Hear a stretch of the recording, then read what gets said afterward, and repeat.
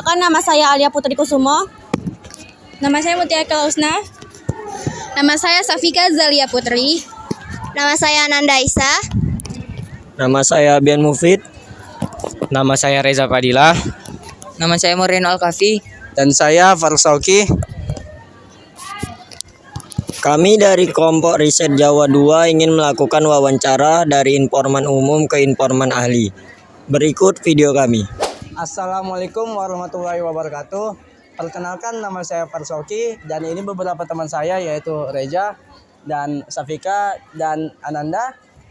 Kami akan mewawancari salah satu narasumber kami yaitu Ketua OSIM Mandua Model Medan Helvetia yaitu Kak Alwi. Oke, saya akan menanyakan langsung pada Kak Alwi. Menurut Kakak, apa kriteria sekolah yang boleh menerapkan kurikulum merdeka? Oke, langsung saja kakak jawab. Menurut kakak, untuk sekolah sendiri, kriteria sekolah yang dapat menerapkan kurikulum merdeka tersebut ialah sekolah yang memang benar-benar berminat untuk menerapkan kurikulum tersebut dan juga telah memiliki pendataan akan siswa-siswanya mengenai minat mereka dan bakat mereka, dan juga kemauan daripada siswa-siswanya sendiri untuk melaksanakan dan mengikuti pelaksanaan kurikulum merdeka yang ada di sekolah mereka. Oke. Bagi saya itu jawaban yang memuaskan. Terima kasih, Kak. Nah Kak, jadi menurut Kakak, kenapa sih kita memerlukan kurikulum merdeka?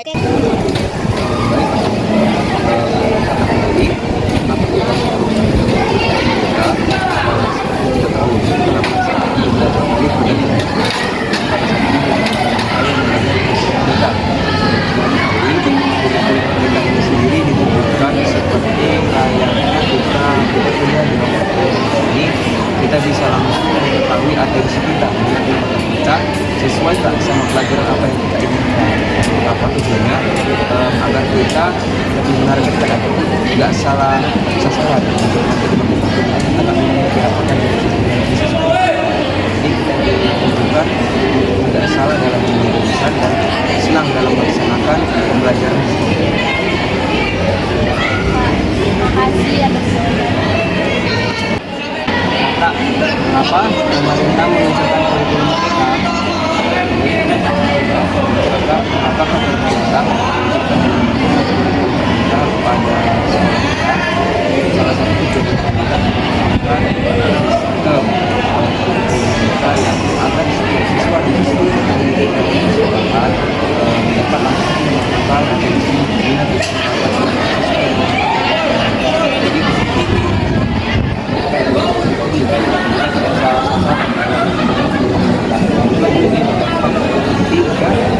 pada saat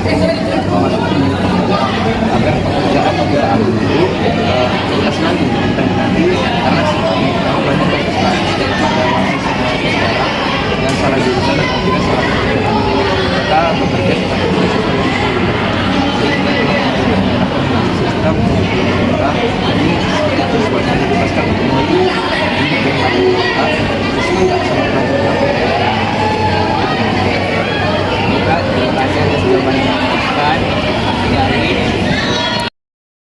Oke Kak, menurut Kakak apa kendala paling besar saat proses penerapan kurikulum merdeka ini? Baik, langsung saja kakak jawab. Menurut kakak pribadi, proses ataupun kendala yang paling besar saat melaksanakan kurikulum merdeka pada masa sekarang ini ialah proses pergantiannya sendiri. Seperti yang kita tahu, kita telah berganti dari yang namanya kurikulum K13 atau kurikulum 2013 menjadi kurikulum merdeka. Setiap pergantian menteri juga kita mengganti yang namanya kurikulum, dan pergantian ini dirasakan berat oleh para siswa dan siswi kita yang ada di sekolah. Mengapa demikian? Karena mereka masih mengingat di kurikulum yang lama dan terkejut untuk memasuki kurikulum yang baru. Dan juga salah satu masalah lainnya dalam penerapan kurikulum merdeka ialah masih banyak siswa dan siswi yang belum mengetahui potensi-potensi ataupun minat dan bakat mereka tersendiri. Sehingga akhirnya diperlukan bantuan daripada guru-guru pembimbing ataupun guru-guru ahli untuk sama-sama membina mereka dan juga mengarahkan siswa dan siswi kita ke arah mana yang seharusnya mereka tuju.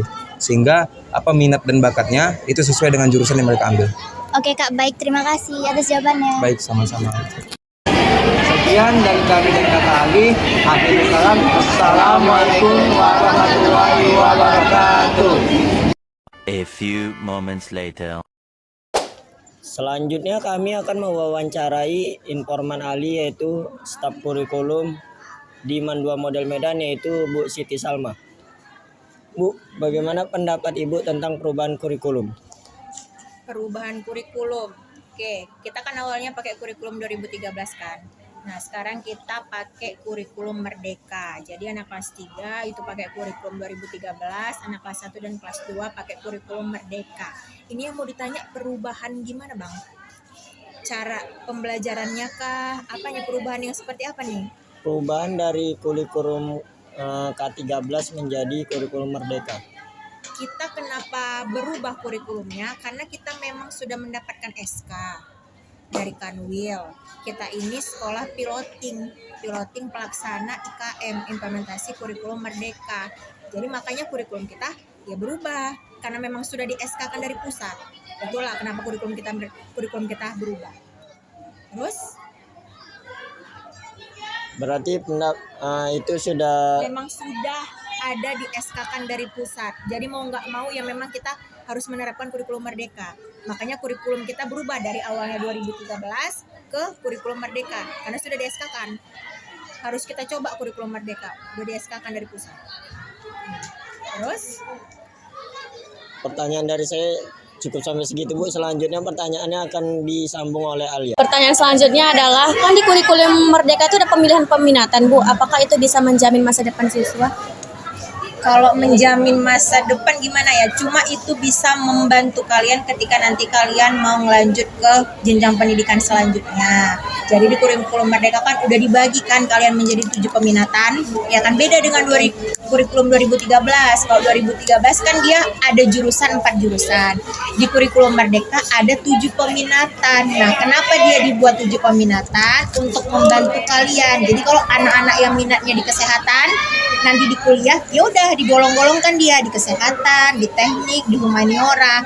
Jadi kalau untuk menjamin masa depan enggak nak, tapi membantu masa depan kalian, ya kan, membantu kalian untuk nanti mau milih jurusan apa di universitas. Gitu. Pertanyaan selanjutnya, tantangan guru dalam mengajar kurikulum Merdeka itu apa sih Bu? Kalau ditanya tantangan banyak ya Kak. Salah satunya sebenarnya guru itu kan harus tahu dulu kurikulum Merdeka apa kan. Nah karena kita mendadak jadi piloting, jadi guru-guru itu harus dikasih pelatihan dulu dan memang itu udah kita lakukan. Udah dilakukanlah pelatihan untuk guru-guru dalam kurikulum Merdeka. Nah kendalanya ternyata banyak yang tidak siap. Itulah dia. Bukan hanya dari sisi gurunya, siswanya pun banyak sebenarnya yang tidak siap dalam kurikulum Merdeka karena kita kan kurikulum Merdeka berbasis SKS kan. Nah di SKS itu ada yang namanya UKBM dan ternyata setelah dilihat UKBM itu lebih memberatkan kan. Nah itulah dia, jadi banyak plus minusnya sebenarnya kurikulum Merdeka ini. Kalau kedua unsur baik itu siswa ataupun gurunya nggak mengerti, tapi kalau udah mengerti sama-sama mengerti ya enak ngejalaninnya. Kita kan ini masih piloting, jadi kita ini masih adaptasi, belum sepenuhnya ini kita kurikulum Merdeka, kita masih implementasinya aja. Jadi ya mungkin berjalannya waktu ya mungkin nanti kurikulum Merdeka ini akan lebih baik. Itulah. Makasih Bu. Iya. Mengapa kurikulum Merdeka dijadikan opsi? Tidak langsung ditetapkan untuk semua sekolah. Oke, kenapa kurikulum Merdeka dijadikan opsi? Mengapa tidak langsung ditetapkan untuk semua sekolah? Kenapa kurikulum dijadikan opsi? Karena sudah program pemerintah. Yang pertama. Kenapa MAN 2 dijadikan sebagai opsi melaksanakan kurikulum Merdeka? Karena sudah di SK-kan oleh Kanwil. Makanya mau tidak mau ya kita harus melaksanakan kurikulum Merdeka. Kenapa tidak di semua sekolah, Bu? Jadi nak ditengok dulu perkembangan sekolah yang melaksanakan kurikulum Merdeka. Bagaimana pembelajarannya, berjalan dengan baik nggak? Kalau misalkan berjalan dengan baik, barulah dia bisa diterapkan di sekolah-sekolah lain. kan dia harus ada contohnya dulu kan, harus ada contohnya. Kalau dia bagus berjalan di situ, barulah nanti bisa dijalankan ke sekolah lain. Nggak bisa langsung semua sekolah melaksanakan kurikulum merdeka, karena banyak dia prosesnya, banyak dia persiapannya. Yang pertama, ya guru harus dipersiapkan dulu untuk melaksanakan kurikulum merdeka. Diadakan workshop atau diadakan pelatihan, gitulah. Nah, Bu, terima kasih Bu. oke, sama-sama. Sekian video wawancara dari kami. Apabila kami ada salah kata, kami mohon maaf. Kepada Allah kami mohon ampun. Assalamualaikum warahmatullahi wabarakatuh.